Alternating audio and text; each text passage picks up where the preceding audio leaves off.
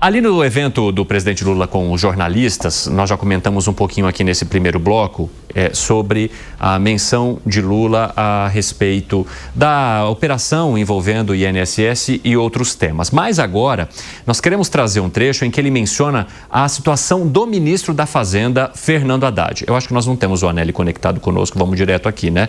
Porque há muita especulação sobre qual vai ser o destino político de Fernando Haddad.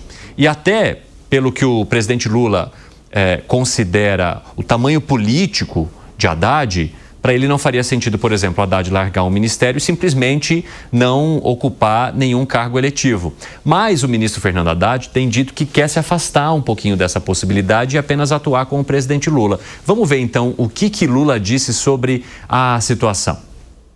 O Haddad tem maioridade e tem biografia para decidir o que ele quer fazer. Se você perguntar para mim se eu gostaria que ele fosse, eu gostaria que ele fosse. O que eu não sei, eu preciso perguntar para ele. Mas eu acho que é impossível você imaginar uma pessoa da envergadura do Haddad deixar o Ministério da Fazenda e voltar para casa. Acho que nem eu, nem a Ana Estela iríamos gostar. E vou conversar com o Haddad e com o Alckmin. Sabe, porque são duas pessoas que eu tenho profundo respeito, admiração. Eu vou querer saber se eles quiserem ser alguma coisa. O que eles querem ser? Eu acho que nós precisamos de um candidato a governador em São Paulo forte e precisamos de um candidato ao Senado forte. Nós temos chance de fazer governador e fazer senador em São Paulo. Agora, eu não posso impor candidatura de ninguém. Bom, o presidente da República dizendo que tem chance de se colocar um governador aqui no estado de São Paulo. Tem, Piper? Não, quando o presidente tossiu... Foi exatamente, nós temos... Eu aqui... Olha, a gente conversou aqui na segunda-feira, né? Com o presidente estadual do PT, o deputado Kiko Seleguin. Muito bem. E eu até comecei a conversar... Direto ao ponto. Fora do ar com ele sobre esse tema. Na verdade, o PT está muito perto de cometer um grotesco erro de avaliação. O PT, desde a primeira eleição presidencial na redemocratização, ele perdeu todas quando ele teve um vice de esquerda, um vice com um perfil igualzinho do presidente Lula, e foi assim, olha, com Bisol, Mercadante e Brizola, as 3 eleições que o Lula perdeu. E o Haddad perdeu com a Manuela Dávila como vice.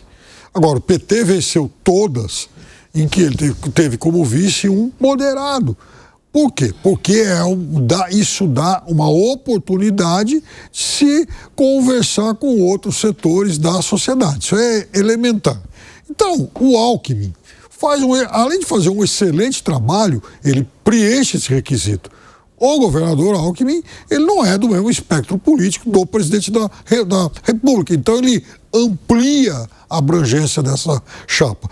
E ele é um político em alta, ele acabou de ter um papel muito importante nas negociações envolvendo, por exemplo, o tarifaço. Uhum. É um desperdício tirá-lo dessa chapa para colocá-lo numa aventura que seria a disputa do governo de São Paulo. O governador Tarcísio, ele é o franco favorito.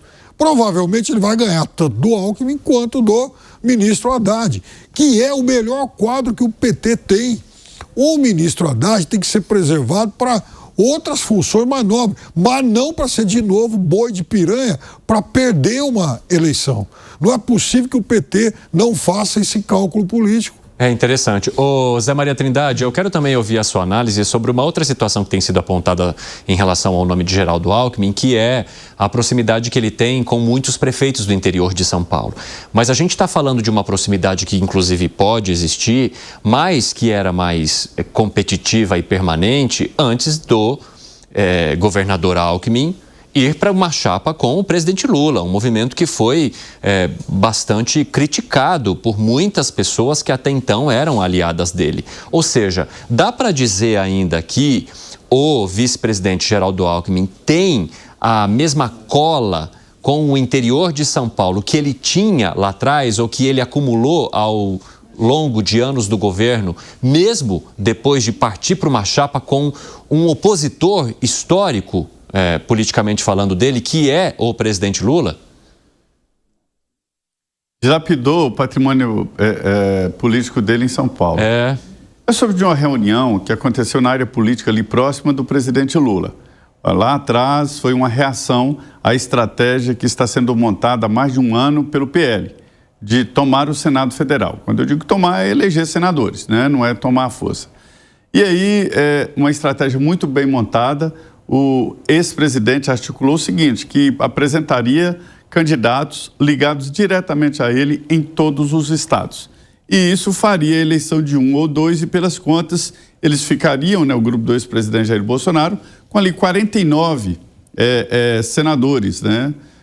É muito. São 81 senadores, ter 49, 50 senadores é muito, né? É quórum constitucional, né? Eu não acredito que chegue a isso, mas vai ter uma bancada muito grande.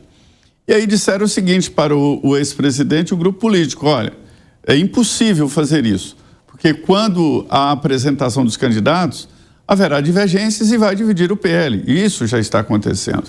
Então, houve uma decisão do grupo do ex-presidente Jair Bolsonaro, o seguinte, nós lançamos um originalmente bolsonarista e o outro negociamos, que são esses partidos satélites, né, do PL, que agora é União Brasil, PP, né, e tal. Quando o grupo do presidente Lula viu essa articulação por parte do PL e do grupo do ex-presidente, decidiu o seguinte, fazer um contra-ataque e apoiar, o PT e vai apoiar nas próximas eleições, partidos contra o Bolsonaro, mas que não sejam exatamente o PT como era antes. O PT queria cabeça de chapa e tudo, né? Então, depois dessa reunião, se decidiu o seguinte, se contrapor e forçar uma bancada que não seja bolsonarista, não seja de esquerda, não seja do PT, mas que não seja bolsonarista. E aí se fez essa definição. E aí fica a grande dúvida sobre São Paulo. Geraldo, eu converso muito com deputados e com pessoas ligadas à política de São Paulo. Ele era o rei do interior de São Paulo, mas dizem que os prefeitos já estão decepcionados e apaixonados com a força do Tarcísio em fazer infraestrutura, em investir em estradas, em investir em desenvolvimento no interior de São Paulo. E aí ele conseguiu apoios importantes entre os prefeitos. Então essa força do Geraldo Alckmin, que era muito grande pelo interior, já está erodida, né? E a impressão que tem é que ele vai repetir a chapa, Lula vai repetir a chapa com o vice-presidente Geraldo Alckmin. É a impressão que eu tenho. Exatamente, Zé Maria Trindade. Ô Alangani, como é que você avalia também a posição agora do ministro Fernando Haddad? Porque ele diz, eu não tenho vontade de concorrer a nenhum cargo político agora, mas se o presidente da República me pedir ou mandar, eu vou obedecer. Embora ele deixe muito claro que gostaria de acompanhar e coordenar a parte da campanha política do presidente da República numa tentativa de reeleição em 2026. E você acha que Fernando Haddad seria um nome competitivo para tentar bater Tarcísio de Freitas aqui no estado de São Paulo, com a força que Tarcísio hoje apresenta, principalmente no interior? Não, para o governo do estado seria um grande erro do PT. Evandro, o Geraldo Alckmin, ele ganhou várias eleições, né? O PSDB reinava absoluto aqui no estado de São Paulo por uma simples razão. Não tinha alternativa para a população de São Paulo, né, do estado de São Paulo, sem ser o PSDB. O PSDB era identificado como direita, embora, e o Mussa vai concordar comigo, tenho certeza, embora não seja um partido de direita, é um partido ali de centro-esquerda, social-democracia, mas na ausência de uma figura de direita, o PSDB ganhava todas. A partir do momento que surge uma figura de direita, Jair Bolsonaro, um governo mais à direita, e aí Tarcísio de Freitas fazendo parte do governo de Jair Bolsonaro e faz um bom governo, diga-se de passagem, Tarcísio de Freitas, a eleição dele está praticamente ganha, garantida. Então seria um grande erro. Onde o Haddad tem mais chance, Evandro? Justamente no Senado. Porque no Senado, são duas vagas, geralmente ganha um de direita, outro de esquerda. Aí ele é bastante competitivo. Vi algumas análises bastante interessantes falando da possibilidade do Haddad ser vice do Lula, olhe só, ou mesmo até Haddad sair para presidente. Tudo em aberto. Vida. Fala, Bruno Musa. Como é que você avalia, hein? Concordo muito, Alan, concordo com você. Eu tive um professor na minha pós, lá na Espanha, você com certeza conhece, Jesus Huerta de Soto, para mim um dos principais economistas, que ele falava abertamente desse teatro das tesouras dos principais partidos políticos em vários países do mundo, inclusive lá na Espanha, do Partido Socialista, que comanda hoje a Espanha, com o Partido Popular, e a mesma coisa aqui entre PSDB e PT. Um mais radical, um menos radical, mas no fundo o objetivo era basicamente o mesmo ali, onde o Estado seria sempre o protagonista de absolutamente tudo. Então, no meu entender, o que ele quer vai nessa linha mesmo, o protagonismo do próprio PT, portanto, o protagonismo do comando da máquina pública com eles. Agora, eu vejo... e, de novo, tudo na política muda por completo, mas eu acho que a chance do Haddad concorrendo com o Tarcísio, elas são basicamente irrisórias, ainda mais contando todo o interior de São Paulo, que tem uma força muito grande, e o Haddad, que saiu com aprovações baixíssimas aqui da própria capital, né? Agora, claro, vale também analisar que, como eu mencionei, no meu entender, se o Tarcísio começa a cair nas pesquisas para presidente, isso pode ser uma proxy também para o governo daqui de São Paulo, porque as pessoas pouco sabem os graus e as diferenças, digamos, das ações entre um governador ou o executivo, vai pelo nome. Quando te perguntam na pesquisa, ela fala, gosto do Tarcísio ou não gosto do Tarcísio? Então, eu acho que mesmo com essa eventual queda dele nas pesquisas presidenciais, de novo, está tudo aberto e muito cedo, eu acho que para concorrer com Haddad seria, digamos, como a gente fala, uma mão com açúcar para o próprio Tarcísio. E eu quero falar um pouquinho também do índice de desaprovação do governo Lula, que acabou aumentando um pouquinho, e ele comentou nessa conversa com os jornalistas. Vamos lá. Eu acho que nós ainda não estamos mostrando, sabe, aquilo que nós somos capazes de fazer. Aliás, se ontem eu fizesse uma pergunta para os meus ministros que estavam lá, eu tenho certeza, Haddad, que a maioria dos ministros não sabiam de uma grande parte das coisas que foram apresentadas. Porque eu sempre digo o seguinte, é muito fácil você julgar um governo que tem só uma política. Por exemplo, o Zé Serra foi julgado como ministro da Saúde por causa do genérico. Já acabou já a parte dele sobre genérico. Isso? O Fernando Henrique Cardoso foi julgado porque... Peraí, gente, vamos organizar um negócio aqui. Vamos rodar de novo aí a fala do presidente da República, senão eu vou ter que dublar, né? Porque tá a voz dele e eu aqui aparecendo no vídeo e não é minha intenção fazer isso, então vamos lá.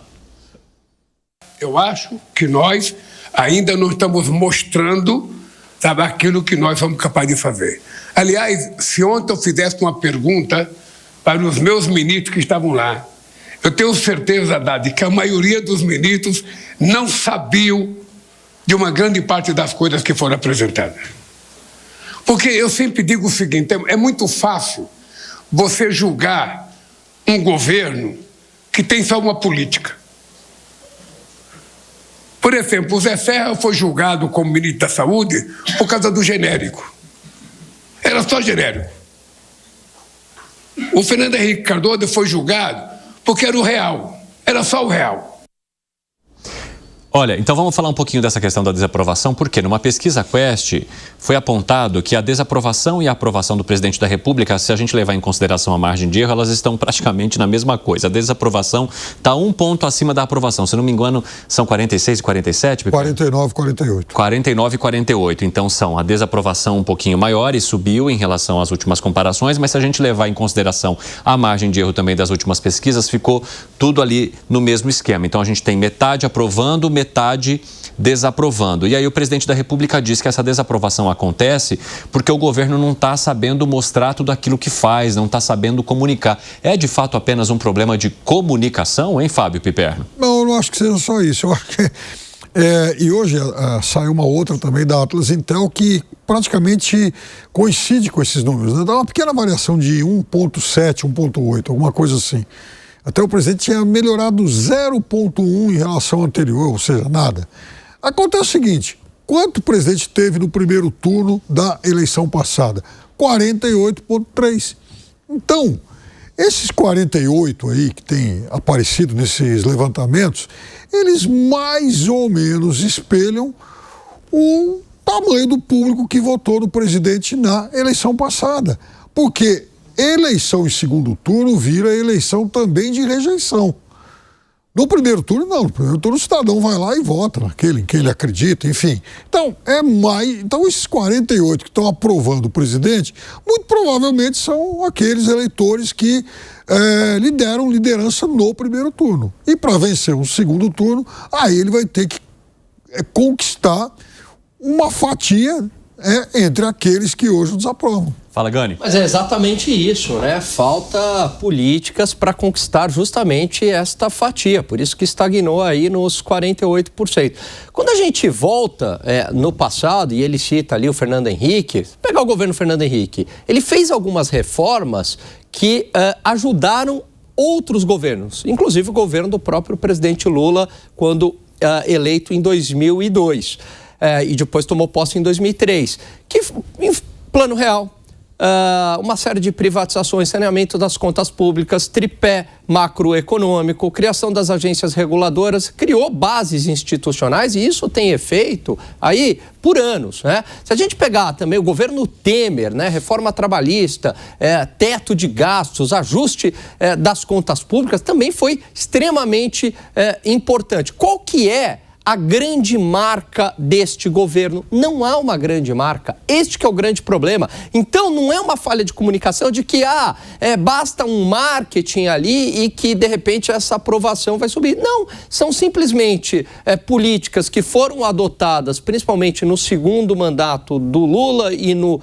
primeiro mandato da Dilma ali, de protagonismo do Estado, do aumento do gasto público, tentando gerar um crescimento de uma maneira artificial. Então, não tem nada de novo neste governo, nenhuma proposta de país, nenhuma grande reforma de Estado que vai beneficiar quem quer que seja eleito em 2026.